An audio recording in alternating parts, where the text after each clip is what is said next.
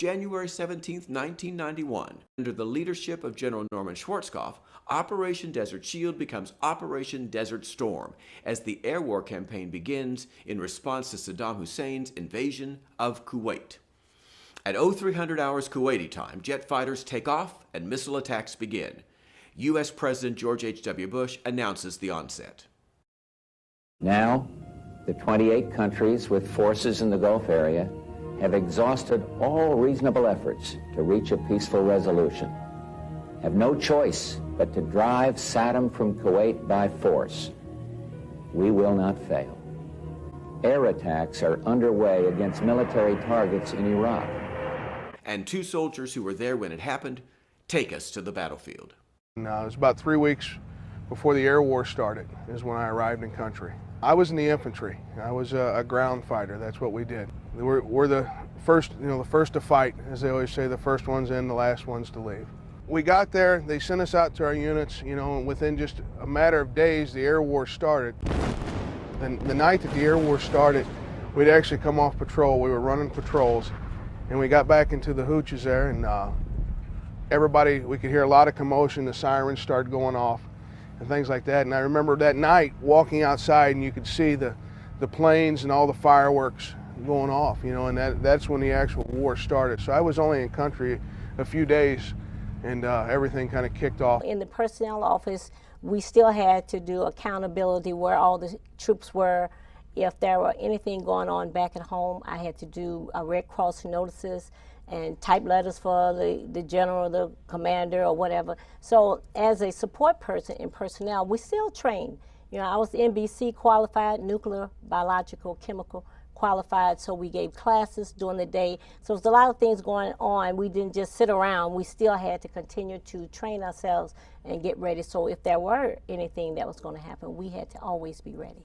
Once the air war started, we got rid of the tents, and I lived in a hole in the ground. We would move at night, dig skirmisher trenches, and we'd stay down in those holes at night. And for about 3 months, I lived in a hole. Showered every 30 days, whether I needed it or not.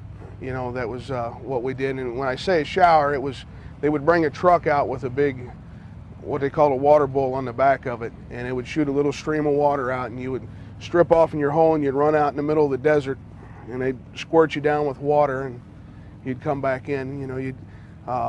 Living-wise, same T-shirt for about 3 months. Got a new pair of socks about once a week. They come out and throw you new socks so your feet wouldn't be too bad. So it was, they drive by, throw food out in the holes for you. It was very hot. I don't think you could imagine how hot, because you was out in the middle of a desert. And every night, most of that seems like when everything was really happening. The Scuds was flying over your head. You would see missiles just shoot back and forth. And our thing, as soon as they hit Mop 4, we had to put on our gas mask, complete mop suit with the gloves, the boots, and then you had to sleep all night like that. Just imagine breathing in a gas mask all night, because you don't know what kind of nerve gas or whatever's in the air. So the conditions was not that great, but we had to do the best we could. The first night that the Scud missiles hit, we still had the tents at the time, and I was in my sleeping bag, had the buttons and the zipper up, and sometime during my sleeping, the sleeping bag had rolled to where the buttons were behind me.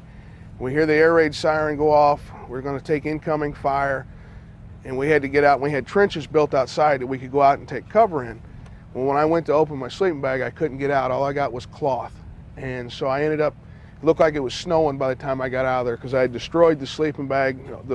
All the stuffing was flying through the air and everything. Everybody got a pretty good kick out of the fact that the new boot that had just got to the platoon had destroyed his sleeping bag about 2 weeks after he got there.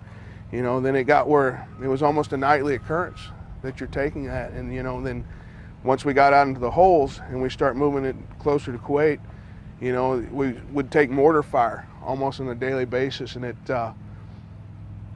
it's strange, because you get almost used to the sound of those coming in. It's never you're never comfortable. I don't want to make a mistake there, but it becomes a part of your everyday life, it seems like. Dennis McHawes would be in the first wave of troops that crossed the Kuwaiti border into Iraq when the ground war began on February 24, 1991. Lasting only 100 hours, the success of the ground war quickly met the strategic objective of the conflict to restore Kuwaiti sovereignty by eradicating Iraqi forces from the country, and also provided valuable lessons for future military operations, including the importance of coalition warfare, the power of air superiority, and the effectiveness of advanced military technology. However, Saddam Hussein, leader of Iraq, remained in power, and that reality would create events that would force Americans to maintain a presence in the Middle East, deal with the consequences of that presence, and eventually to return to Iraq for another war.